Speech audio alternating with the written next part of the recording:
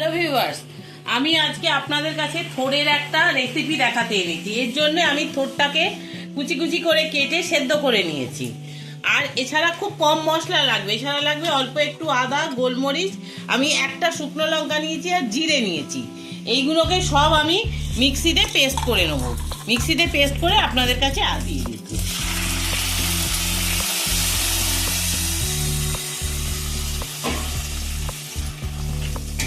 দিয়ে আমি এটাকে নাড়বো।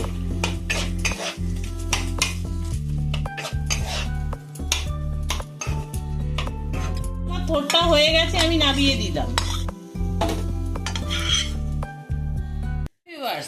আমি আজকে আপনাদের কাছে থোড়ের একটা রেসিপি দেখাতে এনেছি। এর জন্য আমি থোড়টাকে কুচি কুচি করে কেটে সেদ্ধ করে নিয়েছি। আর এছাড়া খুব কম মশলা লাগবে, এছাড়া লাগবে অল্প একটু আদা, গোলমরিচ, আমি একটা শুকনো লঙ্কা নিয়েছি আর জিরে নিয়েছি। এইগুলোকে সব আমি মিক্সিতে পেস্ট করে নেবো। মিক্সিতে পেস্ট করে আপনাদের কাছে আসছি। থোড়টাকে আমি চটকে নিয়েছি, নিয়ে বাদ বাকি যে জলটা ছিল থোড়ের, সেটাকে আমি পুরো ফেলে দেবো।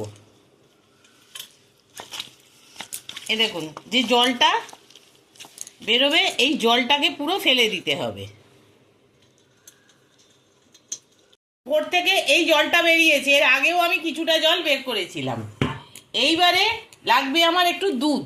এই দুধের মধ্যে এই আদা, জিরে, গোলমরিচ আর যে শুকনো লঙ্কাটা বেটে রেখেছিলাম এটা আমি মিশিয়ে দেবো পুরোটা। মিশিয়ে এটাকে এই থোড়ের মধ্যে দিয়ে দেবো। দিয়ে এটা একটুখানি রাখবো, রেখে তারপরে আমি রান্নাটা শুরু করব। দেখুন, আমি গ্যাসটা জ্বালিয়ে দিলাম, দিয়ে কড়াটা বসিয়ে দিয়েছি।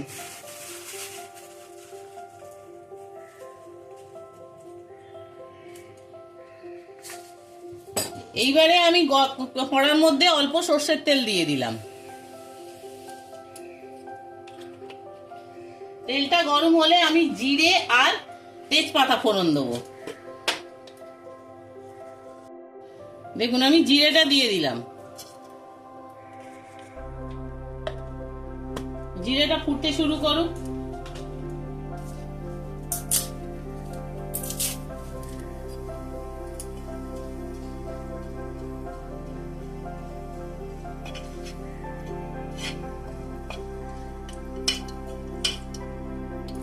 এবার আমি এর মধ্যে তেজপাতাটা দিয়ে দিলাম।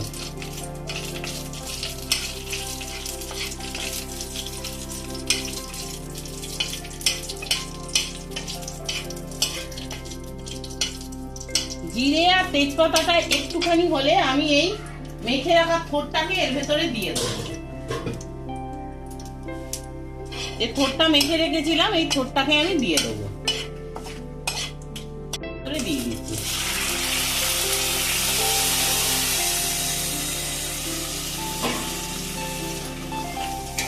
দিয়ে আমি এটাকে নাড়বো।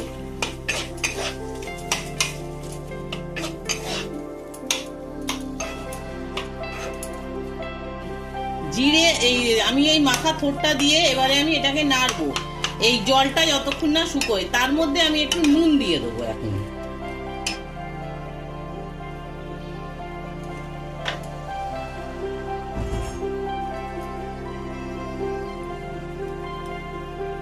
নুনটা আমি দিয়ে দিলাম।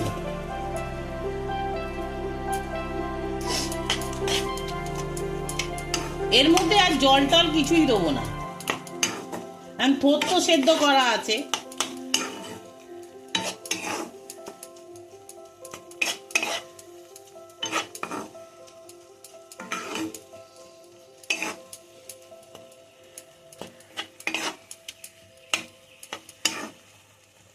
জল ফেলে দেওয়ার পরেও থোড়টা দিয়ে কত জল বেরিয়েছে।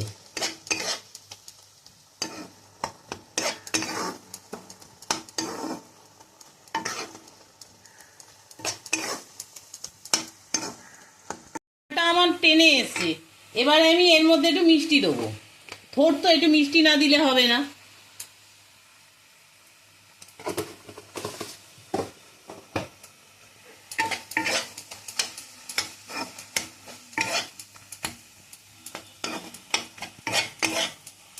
আমার থোড়টা হয়েই এসছে।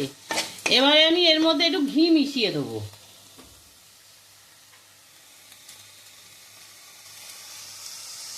একটু ঘি দিয়ে দিলাম, দিয়ে নাড়াচাড়া করে আমি নামিয়ে নেবো। দেখুন আমার থোড়টা হয়ে গেছে, আমি নামিয়ে দিলাম। থোড়টা তো আমার হয়ে গেছে, আমি এইবারে থোড়টা টেস্ট করে দেখছি কিরকম হলো।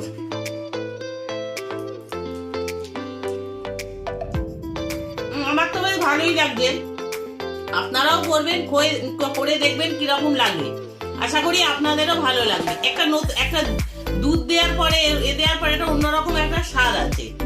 আর থোড়ের তো জানেন আপনারা উপকারিতা বলে আমি শেষ করতে পারবো না। থোড়ে প্রচুর পরিমাণে আয়রন আছে, যেটা শরীরের পক্ষে খুবই দরকার। এই থোড় খাওয়া সব থেকে, আর গরমকালে তো এইসব জিনিসই আমরা খাবো, তাই নিয়ম মতো একটু ঘুরিয়ে ফিরিয়ে রান্না করি। যদি এই রান্নাটা আপনারা অবশ্যই করবেন, যদি আপনাদের ভালো লাগে অবশ্যই একটা লাইক করবেন। আর নতুন বন্ধুদের বলছি চ্যানেলটা সাবস্ক্রাইব করবেন, কমেন্টস করবেন, আর পাশে থাকা বেল আইকনটা টিপে দেবেন, যাতে পরবর্তী রান্নার ভিডিও নিয়ে আপনাদের কাছে চলে আসতে পারি।